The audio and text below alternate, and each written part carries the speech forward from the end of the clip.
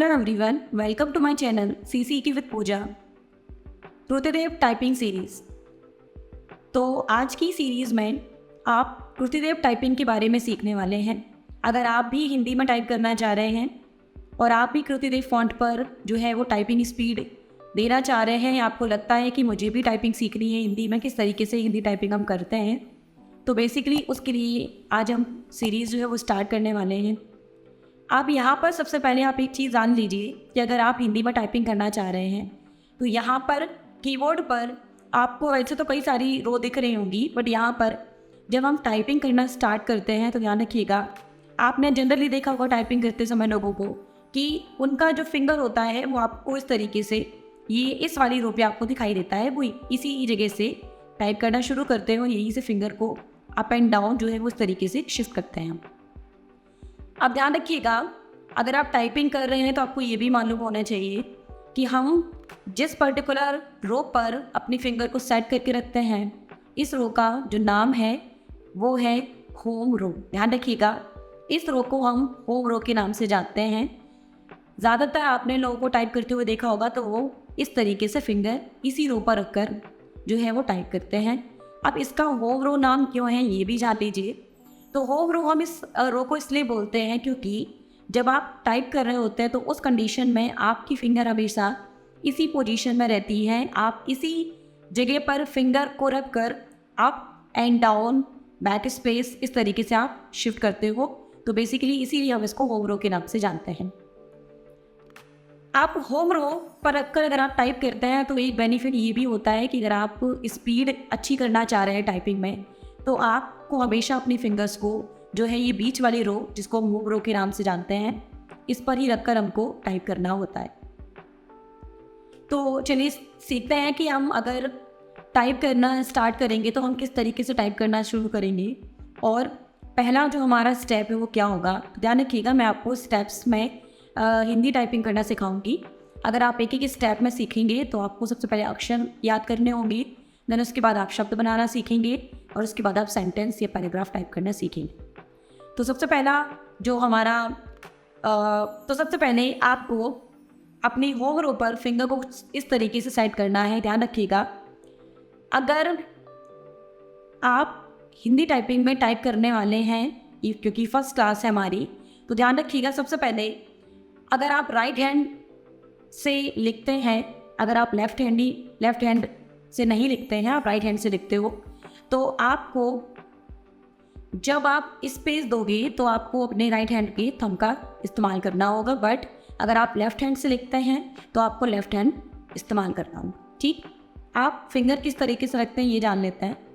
तो यहाँ पर जब हम हिंदी में टाइप करते हैं, स्पेशली कृतिदेव 010 फॉन्ट पर, तो आप अपनी फिंगर को ये एस वाले अल्फ़ाबेट से स्टार्ट करते हैं। एस सेकेंड जो फिंगर होती है वो हमारी डी अल्फ़ाबेट पर होती है।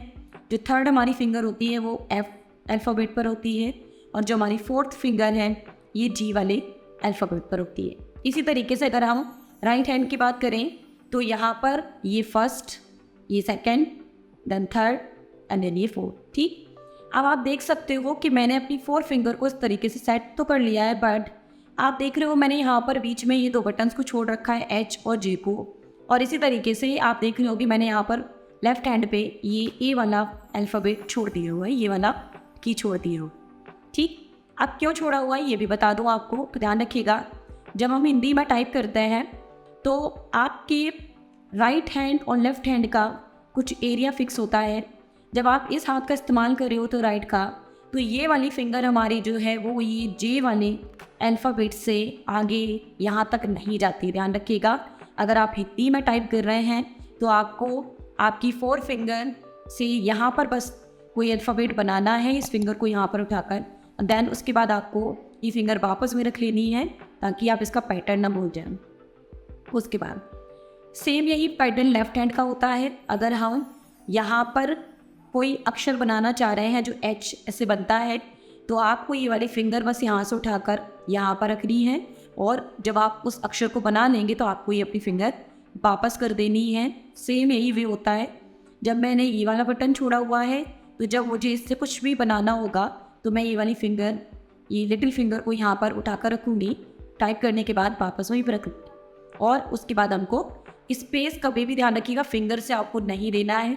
आप अगर स्पेस देना चाह रहे हैं तो आपको हमेशा थंब का इस्तेमाल करना है। जैसा कि मैंने आपको बताया, अगर आप राइट हैंड से लिखते हैं तो आपको राइट हैंड इस्तेमाल करना है थंब का, अगर आप लेफ्ट हैंड से करते हैं तो आपको लेफ्ट हैंड करना है। ज़रूरी नहीं है कि आपको लगे सिर्फ राइट हैंड ही करना है। अगर आप स्पेस दे रहे हैं तो राइट या लेफ्ट दोनों में से किसी का भी इस्तेमाल कर सकते हो। बट हैबिट की बात बता रही हूँ कि अगर आप राइट हैंड से इस्तेमाल करते हैं तो आपको हैबिट जो होगी वो राइट हैंड थंब की ज़्यादा होगी, क्योंकि इसका इस्तेमाल हम कब करते हैं, लेफ्ट हैंड का। आप यहाँ पर आपको ये सीखना है नेक्स्ट स्टेप में। ये हमारी फिंगर सेट हो गई, ठीक है। ध्यान रखिएगा, कई बार ऐसा होता है कि हम जब फर्स्ट टाइम टाइपिंग करते हैं तो हमारी फिंगर बहुत इधर से उधर होती है। कोई टेंशन की बात नहीं है। आप पहली बार स्टार्टिंग कर रहे हैं, ऐसा नहीं है कि पहली बार में ही हमको फिंगर जो है बिल्कुल सेट कर लेगी, नहीं आता है, कोई बात नहीं, टाइम दीजिए थोड़ा सा। टाइपिंग है, अभी हमें हैबिट नहीं है, लेकिन जब आपको हैबिट हो जाएगी तो आपकी फिंगर इस जगह से कहीं भी वो नहीं होगी, ध्यान रखिएगा। अब अल्फ़ाबेट क्या क्या बनते हैं ये समझ लेते हैं। हमने फिंगर की पोजीशन तो सेट कर ली, फिंगर को इसी तरीके से रख लीजिए, बीच में 2 बटन छोड़कर। अब यहाँ पर सबसे पहले जो हमारा टाइपिंग का पैटर्न है वो हमारे लेफ्ट हैंड से शुरू होगा। 1 2 3 4 5, उसके बाद 5 6 7 और 8, ठीक। अब यहाँ पर हमको लेफ्ट हैंड स्टार्ट करना है, लेफ्ट हैंड से पहले शुरू करना है। लेफ्ट हैंड की लिटिल फिंगर से शुरू करेंगे।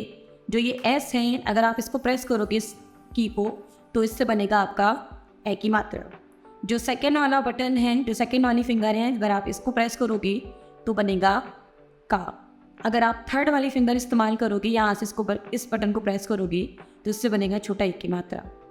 जो हमारा फोर्थ वाला फिंगर है, अगर आप इसको प्रेस करोगे तो इससे बनेगा हा। और अगर आप जो हमने फिंगर एक हमने जो यहाँ पर बटन छोड़ रखा है एच, अगर हम इस फिंगर को यहाँ पर ले जाएंगे और इसको प्रेस करेंगे तो इससे बनेगा बड़ी की मात्रा। और उसके बाद आप अपनी फिंगर को वापस में रख लीजिए। इसके बाद हमको देना है स्पेस। इसी तरीके से यही आपका राइट हैंड वाला पोर्शन है, इसी तरीके से राइट हैंड का इस्तेमाल करते हैं। अब यहाँ पर ये 4 हो गया, तो ये 5 है, ये 6 है, 7 और 8 है। तो हमको सेम ही तरीके का इस्तेमाल करना है। अगर हम राइट हैंड शुरू करना चाह रहे हैं तो हम लिटिल फिंगर से स्टार्ट करेंगे।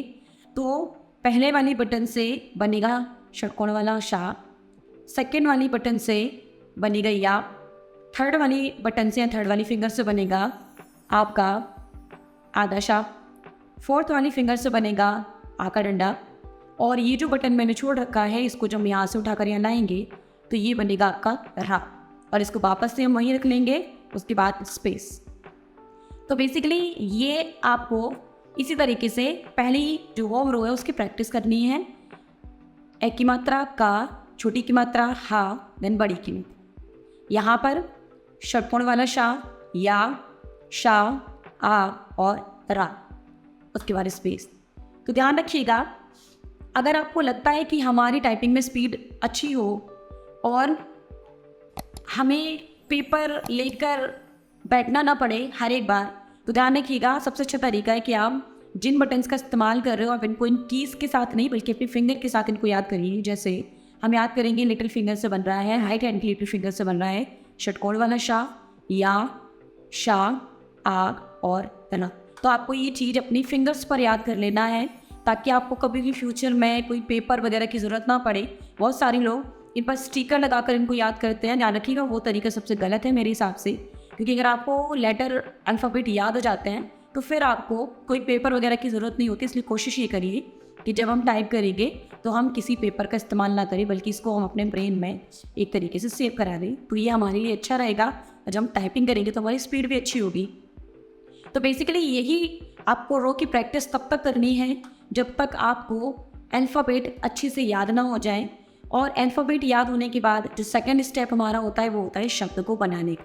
तो फिलहाल आपको पहली रो की प्रैक्टिस करनी है, आप इस रो की प्रैक्टिस करिए, क्योंकि आप शब्द तभी बना पाएंगे जब आपको अल्फ़ाबेट की प्रैक्टिस हो, आपको अक्षर याद हो और अक्षर बनाते समय आपको कोई भी दिक्कत ना हो।